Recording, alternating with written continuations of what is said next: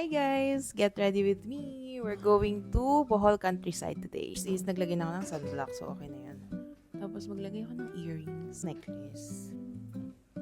Ito ang look natin for today. Sis Lady highlighter. Napanood yun ako mag-get ready dati. Ang naiba lang is, naglagay ako ng skin tint. Ngayon, hindi ako maglalagay ng skin tint.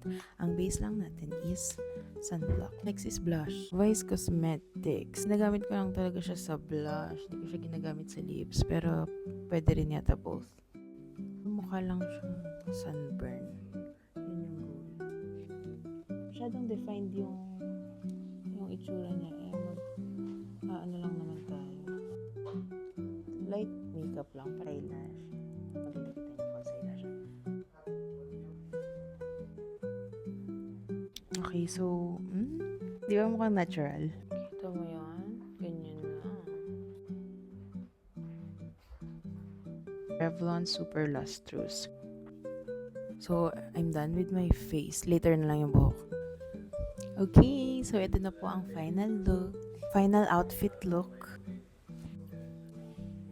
Ito po ang ating full outfit check sa ating tour today.